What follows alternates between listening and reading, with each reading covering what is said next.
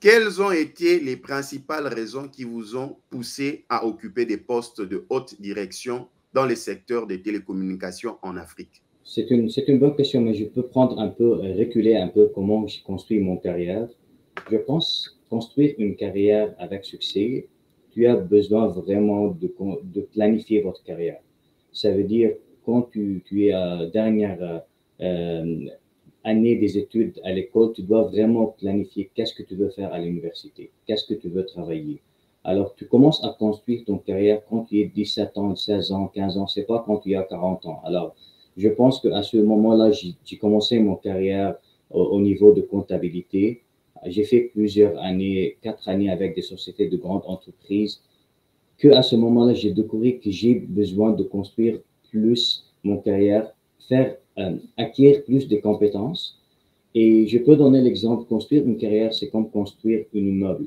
Tu dois avoir un plan, tu dois vraiment mettre des, comment on dit, des pillars qui sont vraiment des piliers qui sont vraiment robustes. Et après, tu peux construire ton carrière proprement. Alors, dans mon carrière, j'ai changé beaucoup, j'ai acquis beaucoup de compétences dans le finance, dans la comptabilité, dans le risk management.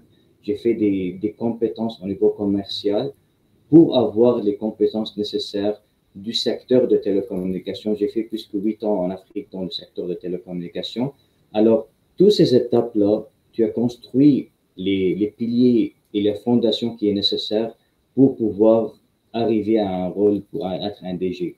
Alors, je pense que c'est vraiment, le, le clé pour le succès, c'est vraiment construire votre carrière, avoir les gens qui sont à côté de vous, qui sont des collègues, de la famille, qui sont vraiment, qui te donnent l'énergie qui est positive pour progresser. Élimine les gens qui sont négatifs. Tu dois vraiment penser de votre carrière comme c'est un investissement. Alors, tu dois investir dans votre éducation, investir dans votre carrière.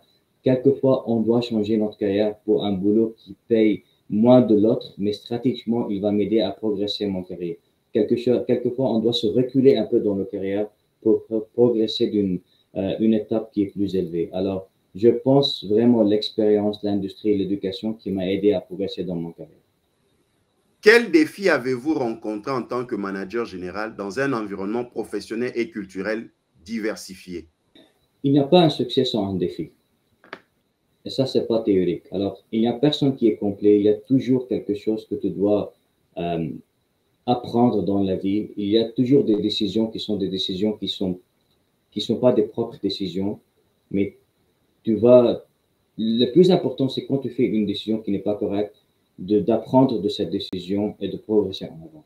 Alors, il y a beaucoup de défis. Il n'y a pas un exemple qui est simple, mais il y a beaucoup de choses, quelquefois des situations où tu as fait une mauvaise décision, où il y a les environnements qui étaient un peu de challenge, mais tu peux toujours progresser avec ton carrière, progresser avec ton succès.